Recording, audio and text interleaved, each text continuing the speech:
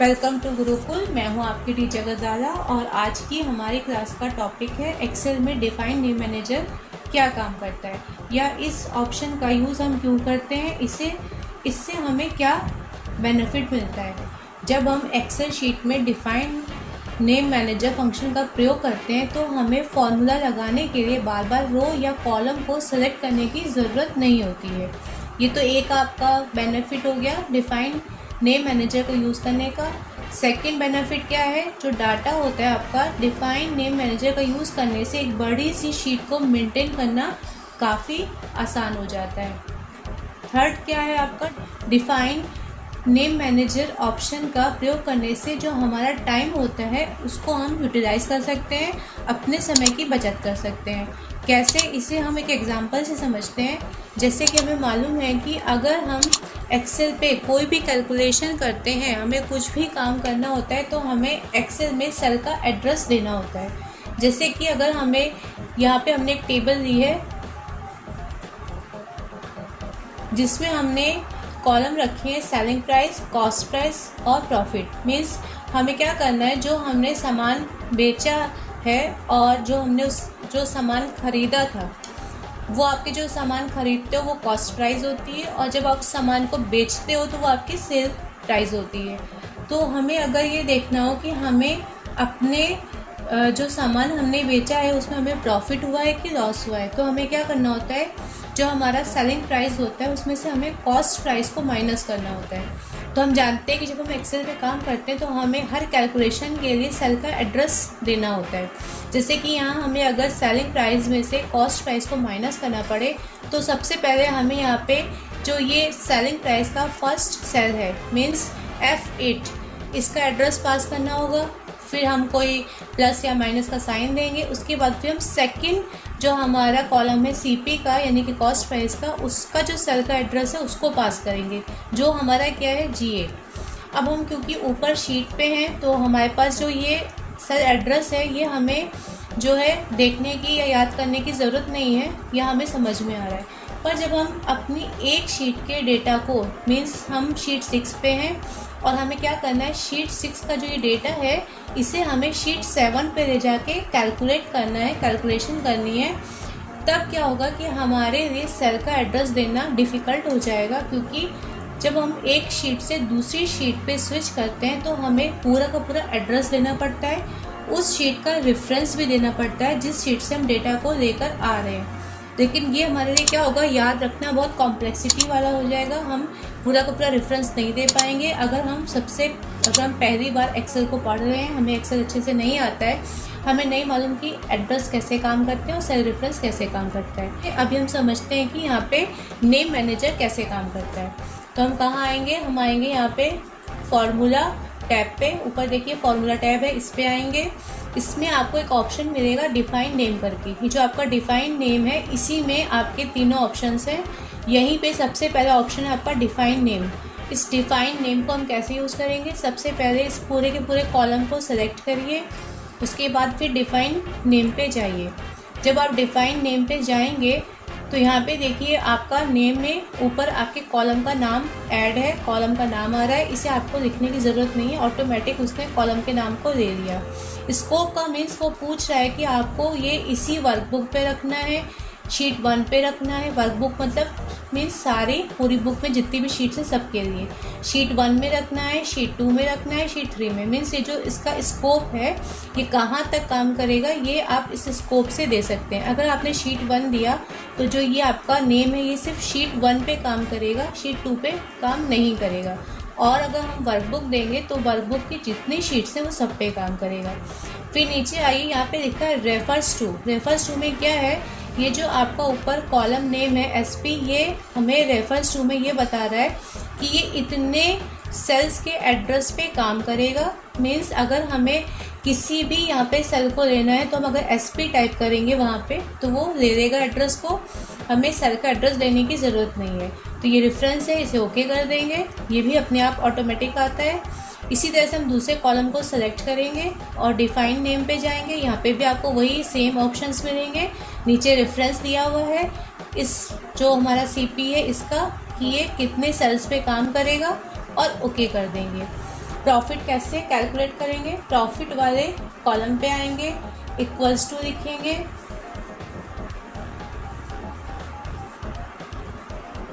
उसके बाद अब हमें सेल का ना तो एड्रेस देना है, ना ही हमें सेलेक्ट करने की ज़रूरत है सेल के एड्रेस को, सेल पे क्लिक करने की भी कोई ज़रूरत नहीं है। अब हम सीधे सीधे कॉलम का नाम टाइप कर देंगे। और अगर आपको कॉलम का नाम टाइप ना करना हो तो ऊपर देखिए यूज इन फॉर्मूला, जो भी आपने अभी डिफाइन नेम में कॉलम ऐड किए हैं उनकी वैल्यू आपको ऊपर यूज इन फॉर्मूला में मिल जाएगी। यहाँ से आप जैसे ही ऐड करेंगे, क्लिक करेंगे, वो आपका यहाँ पे ऐड हो जाएगा। देखिए वहाँ पे ऐड होने के बाद उसने यहाँ पे रेफरेंस हमें दिखा दिया कि इस कॉलम को हमने लिया है। उसके बाद फिर हम क्या करेंगे, ऑपरेटर का यूज़, मीन्स हमें माइनस करना है कि प्लस करना है। वापस हम डिफाइन नेम पे क्लिक करेंगे, यूज इन फॉर्मूला पे क्लिक करेंगे और सीपी पे सेकंड वाले कॉलम पे क्लिक कर देंगे। बस इतना करने के बाद हमें एंटर करना है। एंटर करने के बाद आपके पास यहाँ वैल्यू आ गई। 10,000 में से 3,000 माइनस करा तो हम आपके पास बचे 7,000। तो आपने देखा कि आपको सेल का एड्रेस देना नहीं पड़ा, उसके बाद भी इजी वे में कैलकुलेशन आपके पास हो गई। कॉलम हेडिंग के बेसिस पे हमने कैलकुलेशन कर ली। एक बार फिर से क्लिक करते हैं, यहाँ पे जाएंगे, दूसरे सेल पे इक्वल टू टाइप करेंगे। अब हम क्या करते हैं, यूज इन फॉर्मूला में ना जाके हम टाइप करते हैं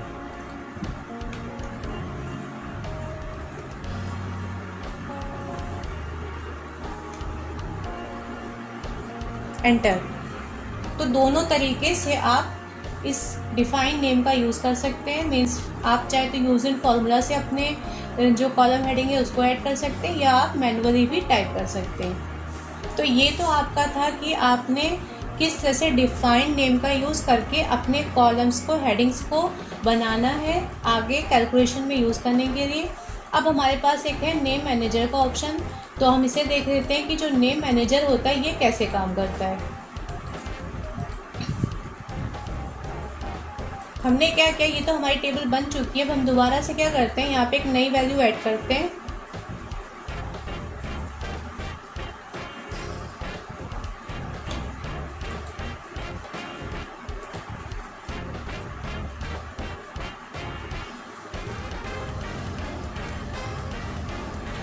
अब यहाँ पे आके कैलकुलेट करते हैं, इक्वल, फिर से टाइप करेंगे कॉलम हेडिंग,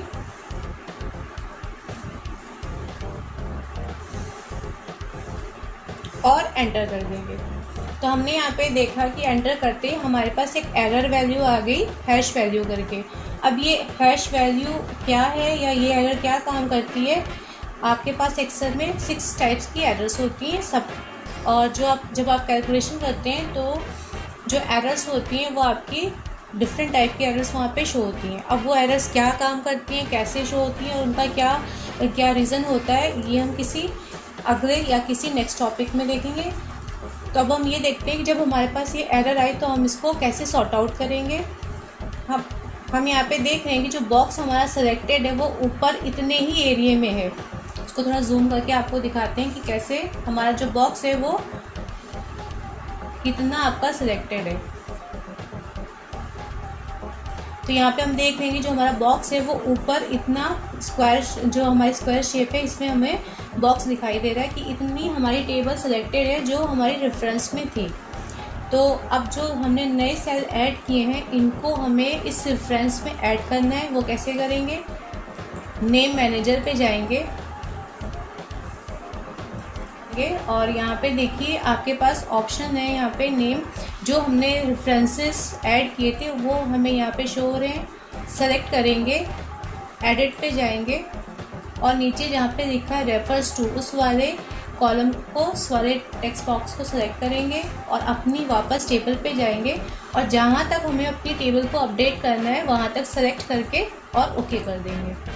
इसी तरह से हम दूसरे वाले कॉलम को सिलेक्ट करेंगे, फिर एडिट पे जाएंगे, उसके बाद फिर से यही करेंगे कि जहाँ तक हमें अपनी टेबल को अपडेट करना है, नए सेल्स को ऐड करना है, सेलेक्ट करके उतना एरिया और फिर ओके कर देंगे। इतना करने के बाद जब हम क्लोज़ करेंगे तो देखिए हमारे पास इसका जो हमारी जो SP माइनस CP वाला जो फॉर्मूला था, इन दोनों सेल्स का कैलकुलेशन हमें यहाँ पे मिल गया है।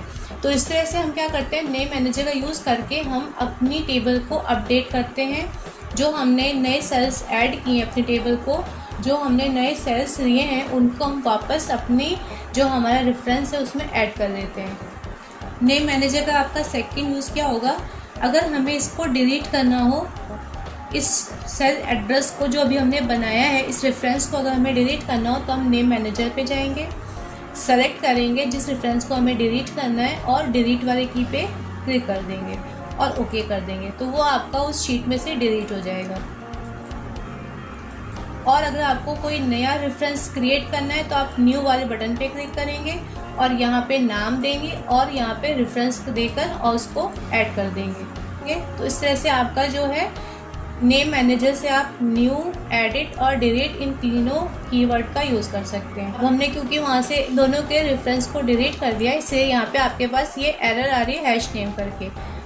डिफाइन नेम में एक और ऑप्शन है क्रिएट फ्रॉम सिलेक्शन, इसको भी देखते हैं एक एग्जांपल से कि इसे हम कैसे यूज़ करते हैं।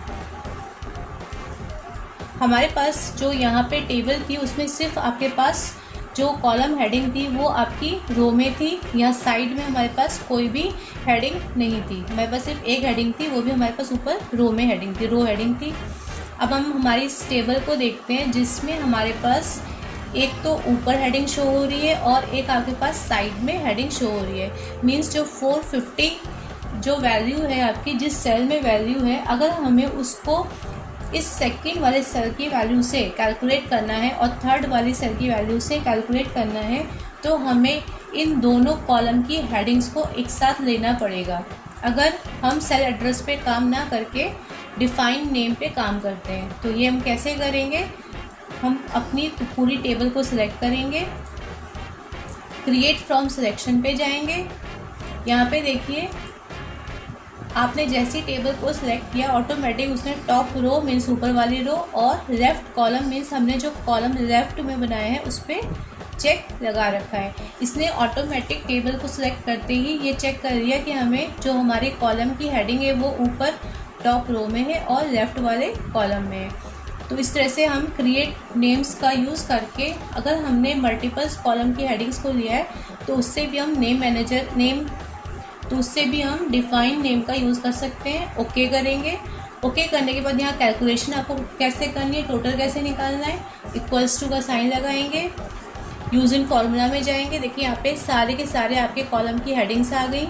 चाहे तो आप यहाँ से यूज़ करिए या चाहे तो आप मैनुअली भी टाइप कर सकते हैं। सबसे पहले हमारे पास क्या है, जनवरी पे क्लिक करेंगे, एक स्पेस देंगे क्योंकि अभी हमें जो है एक कॉलम की हेडिंग और देनी है जो आपका जैन साउथ से मिलकर ये एक सेल बन रहा है 450 का। वापस जाएंगे यूज़ इन फॉर्मूला और फिर क्लिक करेंगे साउथ पे। अब क्या करेंगे, अगर हमें प्लस करना है तो प्लस के साइन पे क्लिक करेंगे, वापस जाएंगे यूज़ इन फॉर्मूला। अब हमारी सेकंड जो कॉलम है वो क्या है, फरवरी पे क्लिक करेंगे, फिर से एक स्पेस देंगे और फिर से साउथ पे क्लिक करेंगे, फिर से प्लस का साइन लगाएंगे, फिर से जाएंगे यूज़ इन फॉर्मूला और फिर से हम क्या करेंगे, मार्च को सिलेक्ट करेंगे, उसके बाद फिर एक स्पेस देंगे और फिर से हम साउथ को सिलेक्ट कर लेंगे।